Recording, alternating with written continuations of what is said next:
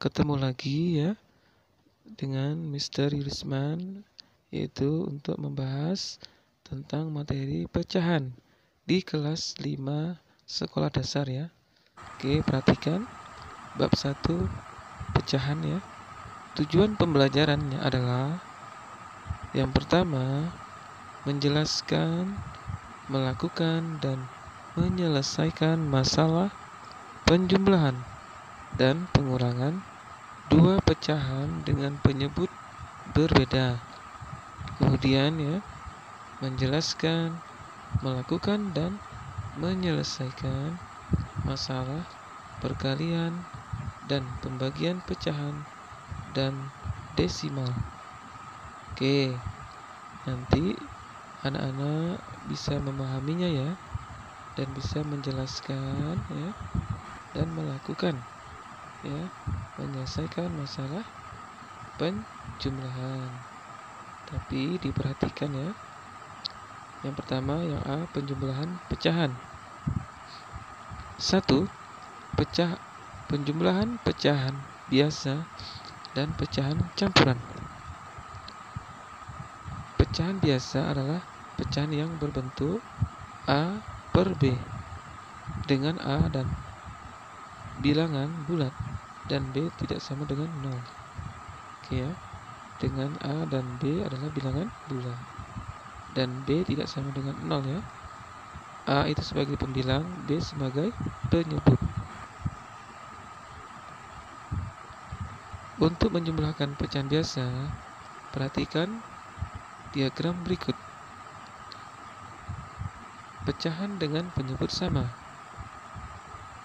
kemudian pecahan dengan penyebut berbeda. Bagaimana dengan pecahan dengan penyebut yang sama? Yaitu langsung saja ya, dijumlahkan pembilang pecahan, sedangkan penyebutnya tetap. Kemudian pecahan dengan penyebut berbeda, ubah penyebut terlebih dahulu ya. Setiap pecahan menjadi KPK dari penyebut-penyebutnya, lalu sesuaikan pembilangnya. Contoh, berpenyebut yang sama, 2/7 ditambah 4/7 sama dengan ya, penyelesaian.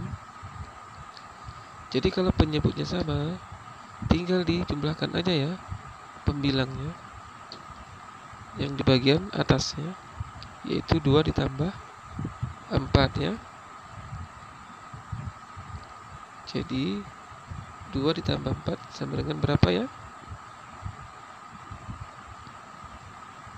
2 ditambah 4 sama dengan 6/7. Jadi penyebutnya tidak berubah ya, tidak berubah, tetap ya. Jadi yang berubah adalah pembilangnya saja. Perhatikan kotak ya yang diarsir, 2/7 berarti 2 dari 7 bagian, ditambah 4/7, 4 dari 7 bagian, hasilnya adalah 6/7 atau 6 dari 7 bagian.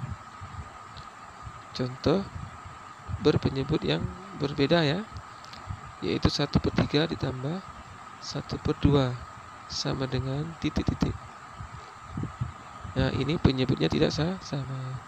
Yang satu penyebutnya 3, yang satunya lagi adalah 2 ya. Oke, penyelesaian ya. 1/3 ditambah 1/2. Penyebut beda, maka samakan penyebutnya terlebih dahulu ya, dengan menggunakan KPK dari 3 dan 2. Apa itu KPK? KPK itu adalah kelipatan atau lompatan ya, lompatan angka ya, dari 3 ditambah 3 6 ya. Ya, dan seterusnya. Begitu juga dengan 2 ditambah 2 sama dengan 4. 4 ditambah 2 sama dengan 6 ya. Oke, ketemu ya KPK-nya atau kelipatan yang sama yang paling kecil ya, atau pertama kali dijumpai, yaitu 6. Jadi 6 bisa kita gunakan, bisa kita pilih sebagai penyebut. Oke, caranya jika udah sama, langsung kita jumlahkan ya, dengan cara perkalian silang. 1 dikali dengan 2 ya. Kemudian 1 dikali 3. Atau bisa juga dengan pembagian ya. Pembagian dari penyebut yang sama dengan penyebut yang sebelumnya. 6 dibagi 3 sama dengan 2. Jadi 1 kali 2. Kemudian 6 dibagi 2 sama dengan 3, sehingga 1 dikali 3. Oke, 1 dikali 2 tentunya hasilnya 2 ya. Jadi 2 per 6. Dan 1 dikali 3 sama dengan hasilnya 3. Jadi 3 per 6 ya. Jadi kalau kita tarik, hasilnya adalah 2 per 6 ditambah 3 per 6 sama dengan 5 per 6. Jadi 1 per 3 ditambah setengah ya, atau 1 per 2 sama dengan 5 per 6. Oke, bisa disimulasikan dalam bentuk diagram ya. Namanya diagram lingkaran yang diarsir. 1 ya, yang diarsir atau berwarna biru dari 3 bagian yang berwarna hijau ya, ditambah 1 per 2, 1 dari 2 bagian. Hasilnya adalah 2 per 6 ya. 2 dari 6 bagian ditambah 3 per 6, 3 dari 6 bagian. Hasilnya adalah 5 per 6 atau 5 dari 6 bagian. Oke, cukup ya, mudah-mudahan mudah dipahami dan menguasai materi tentang pecahan. Terima kasih.